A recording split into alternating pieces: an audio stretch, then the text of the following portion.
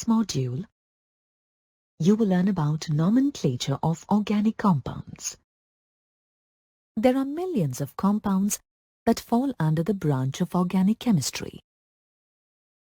To easily identify these compounds and their structure, scientists have assigned names to these compounds. The system of assigning a name to a compound is known as nomenclature. There are two systems for naming organic compounds: the common or trivial system and the IUPAC system. Let's look at the trivial system. The trivial names are given on the basis of the source and certain properties of organic compounds. For example, citric acid is named so as it is found in citrus fruits. Formic acid is named so as it is obtained from the destructive distillation of formica, which means red ants in Latin.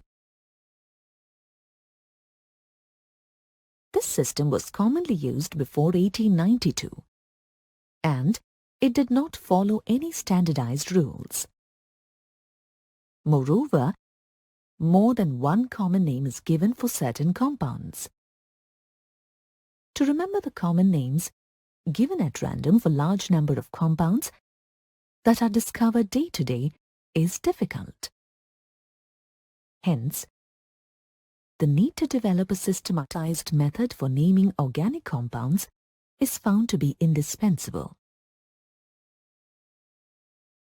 Thus, in 1947, the IUPAC, that is the International Union of Pure and Applied Chemistry system of naming compounds, was first developed.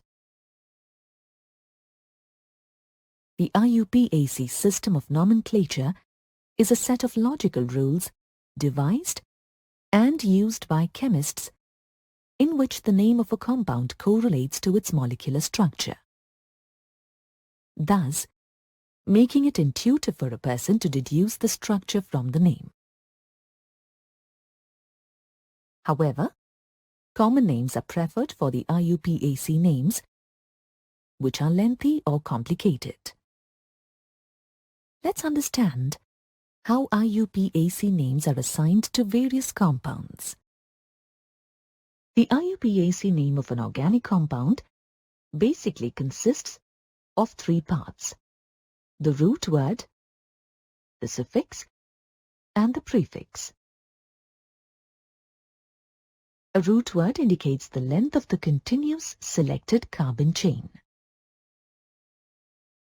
A chain which consists of up to 4 carbon atoms is assigned special word roots based on the common names of alkanes.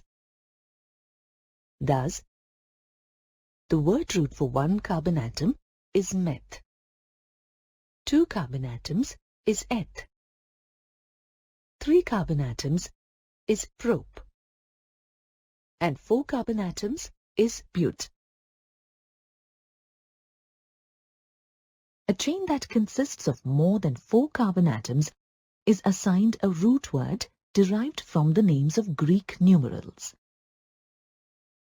Thus, the root word for 5 carbon atoms is pent, 6 carbon atoms is hex, 7 carbon atoms is hept, 8 carbon atoms is oct, 9 carbon atoms is non, and 10 carbon atoms is dec.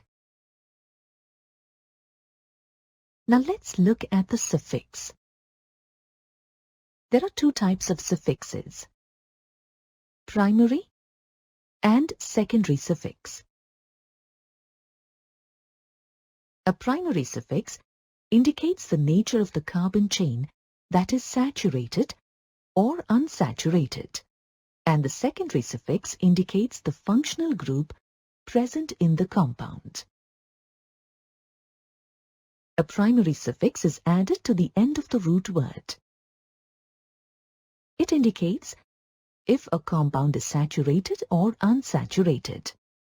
That is, whether the compound consists of a single or multiple bonds.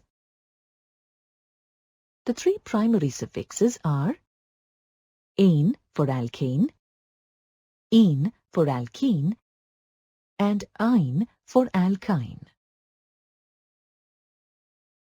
A secondary suffix indicates the nature of the functional group present in a compound. Thus, the three components can be combined to form part of the compound name. For example, the root word eth, primary suffix ane, and secondary suffix all together form the IUPAC name ethanol. A root word eth, primary suffix ane, and secondary suffix oic acid together forms the IUPAC name ethanoic acid. If a functional group is present, then E of the primary suffix is replaced by the secondary suffix. Now let's look at the final component, the prefix. There are two types of prefixes: primary prefix and secondary prefix. A primary prefix is used to differentiate acyclic and cyclic compounds. However, the rules for using these are slightly different. For example, in cyclic compounds, the prefix cyclo is added before the root word. In the IUPAC system, some groups are not considered as functional groups. They are treated as substituent groups. In such cases, the substituent acts as the secondary prefix. Some secondary prefixes and their substituent groups are fluoro for fluorine, chloro for chlorine, bromo for bromine, iodo for iodine respectively. However, in acyclic compounds, the primary prefix is not used. So, if the prefix cyclo is not used, it indicates that the compound is acyclic, as in propane. You have now reached the end of this module. In this module, you have learned that the system of assigning a name to a compound is known as nomenclature. The trivial names are given on the basis of the source and certain properties of organic compounds. The IUPAC system is a systematic nomenclature in which the name of a compound correlates to its molecular structure.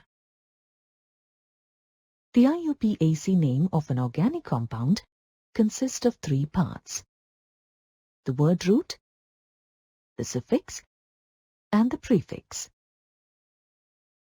The word root indicates the number of carbon atoms present in the selected longest chain. The primary suffix is added to the end of the root word. It indicates if a compound is saturated or unsaturated. That is, if a single or multiple bond is present. A secondary suffix indicates the nature of the functional group present in a compound.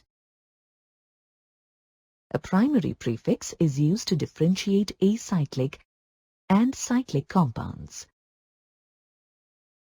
In the IUPAC system, some groups are not considered as functional groups.